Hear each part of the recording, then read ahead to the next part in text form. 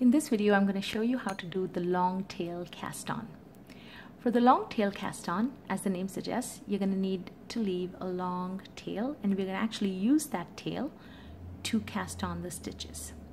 You only need one needle for this. And the one calculation you sort of have to do before the long tail cast on is you need to know how many stitches you're going to cast on and accordingly leave the length of tail. Now, to figure that out, you start off by leaving a 4 to 6 inch tail, and let's say you need to cast on, let's say 15 stitches. So what you want to do is you want to take your knitting needle, the needle that you're going to be casting your stitches on, make sure that it is that same exact size of needle and not a smaller needle or a larger needle. A larger might be okay, you'll end up with more yarn, but a smaller needle you'll end up with less yarn.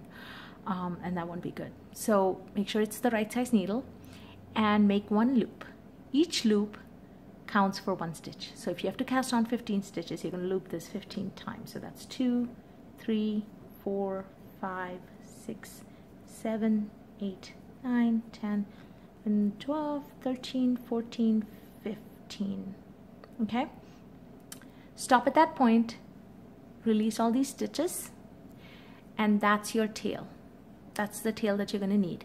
So at this point is where you're going to tie, or you're going to put in your slip knot. Okay? Insert your needle, tighten the slip knot a little bit.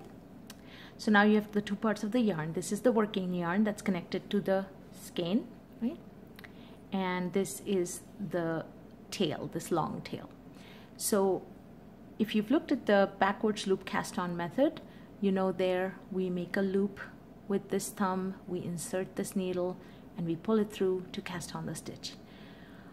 This uses half of that technique. So what you're going to do is you're going to make a loop, insert this needle, but now you're going to take this working yarn, put it around just like we would for the knitted cast on. You would actually put it around this needle, then put this loop over and then pull.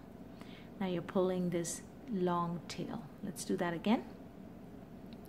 Make a loop with your thumb, insert with the working yarn, loop it around the needle, then put this thumb loop over and pull. Let's do it again.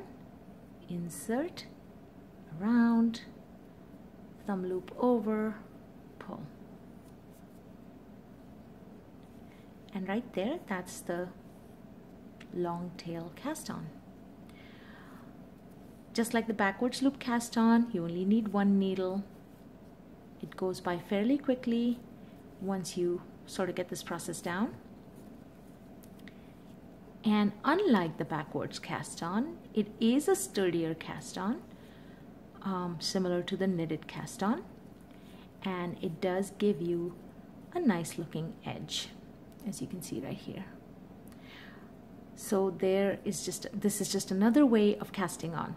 Now the one difference that you'll notice if you've cast on using the backwards loop or the knitted cast on method versus this long tail cast on is at the end of casting on your stitches, your long tail cast on, or the long tail of the long tail that you've left, or whatever is left of the long tail I should say, will end up at the upper end of your stitches, whereas with the other two methods it ends up at the lower end of the stitches.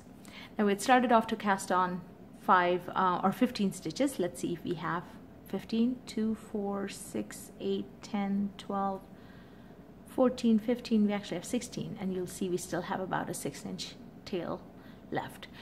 When in doubt, better to leave a little extra than not, because then if you don't end up with enough of a tail to cast on all the stitches that you need, you'll end up having to redo it. So if you're in doubt, just leave an inch or two extra. The tail, you can always trim it off. And so there you have it. That's the long tail cast on.